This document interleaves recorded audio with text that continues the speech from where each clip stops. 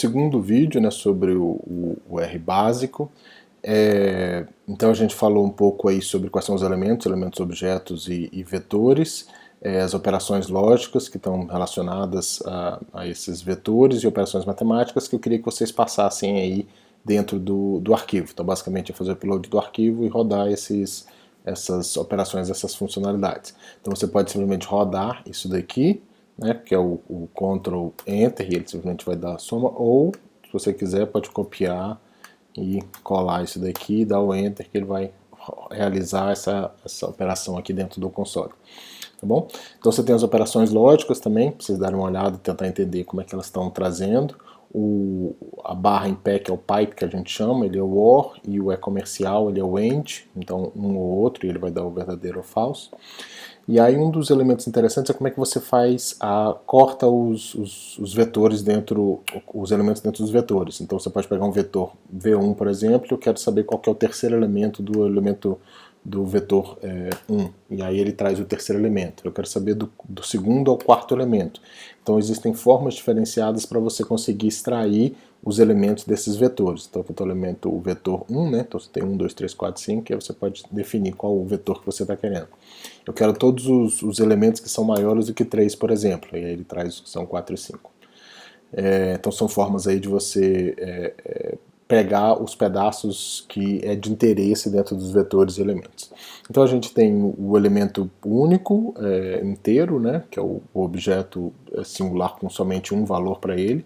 Você tem um vetor, que é uma string de elementos, de objetos que estão anulados. E aí você tem os fatores, né, que são usados para armazenar dados categóricos. E aí esses fatores você pode ter, por exemplo, esse iColor aqui, iColor F. Então isso daqui na verdade são os elementos, é um vetor de caractere, e se você dá um iColor feminino, ele vai dizer que tem níveis, que são os níveis azul, marrom e verde, certo? E aí desses níveis você pode fazer uma série de coisas com esses níveis, como por exemplo, eu quero saber quais são os níveis que tem, e ele mostra quais são os níveis específicos. Então são outro formato de estrutura de dado que você tem, que é o fator. Então você tem aí tanto o vetor quanto os fatores como elementos. Logo em seguida você tem as matrizes e arrays que eles chamam. Você tem matrizes de 2 dimensões ou de 3 dimensões, que basicamente, né, são data frames aí. Data frames é o próprio elemento dentro do R, né, mas são como se fossem planilhas, né, de 2 elementos, e aí você tem uma série de formatos, uma série de operações matemáticas que podem ser feitas. Então é interessante entender como é que essas matrizes são construídas e como é que ela pode ser tratada, certo? Então além da matriz você tem o que eles chamam de arrays, e ele vai explicar um pouco sobre arrays aqui, e os arrays são na verdade esses elementos de mais de 2 dimensões. Aí você tem 2, 3, 4, 5 dimensões, e aí a capacidade de você armazenar dados dentro desses arrays ele é muito poderosa. O pessoal na área da matemática e da física utiliza muito essas matrizes, né, para conseguir fazer uma série de operações em cima dele. Então é interessante que vocês rodem esses arquivos aqui para conseguir entender esse formato. Depois das matrizes, talvez um dos objetos mais importantes que a gente tenha dentro do R são as listas.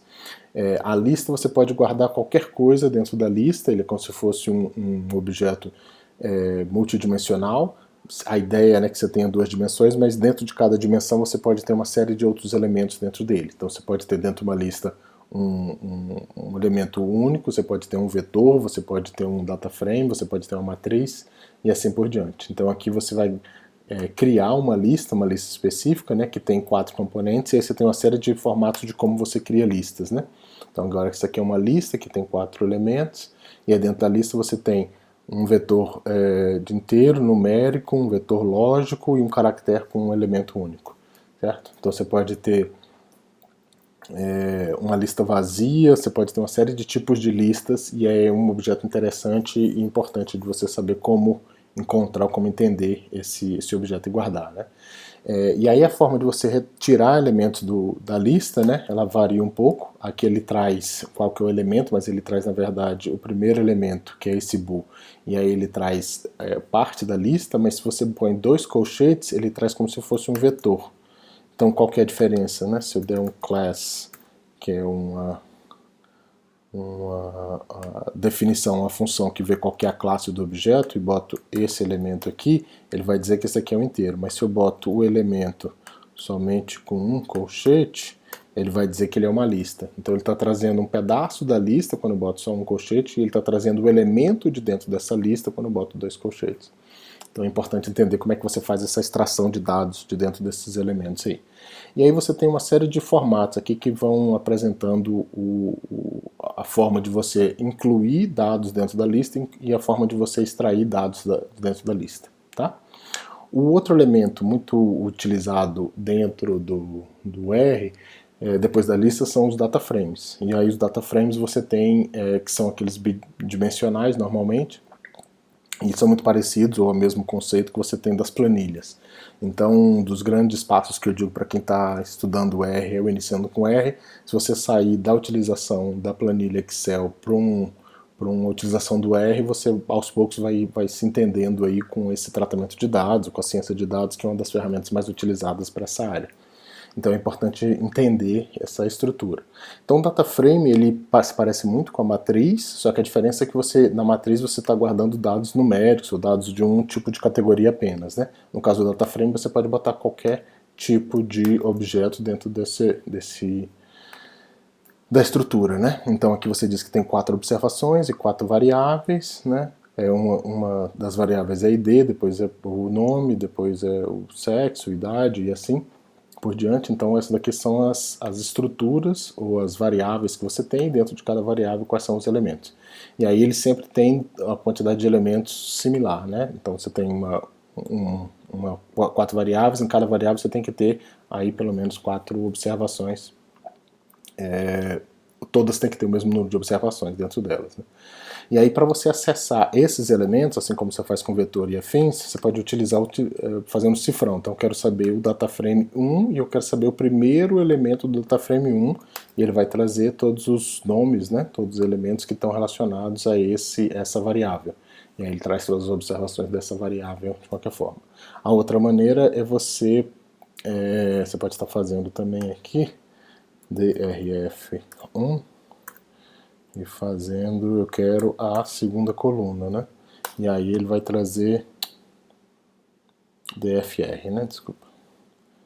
dfr1 e ele vai trazer o segundo elemento, que seria a mesma coisa de você estar botando o cifrão aqui.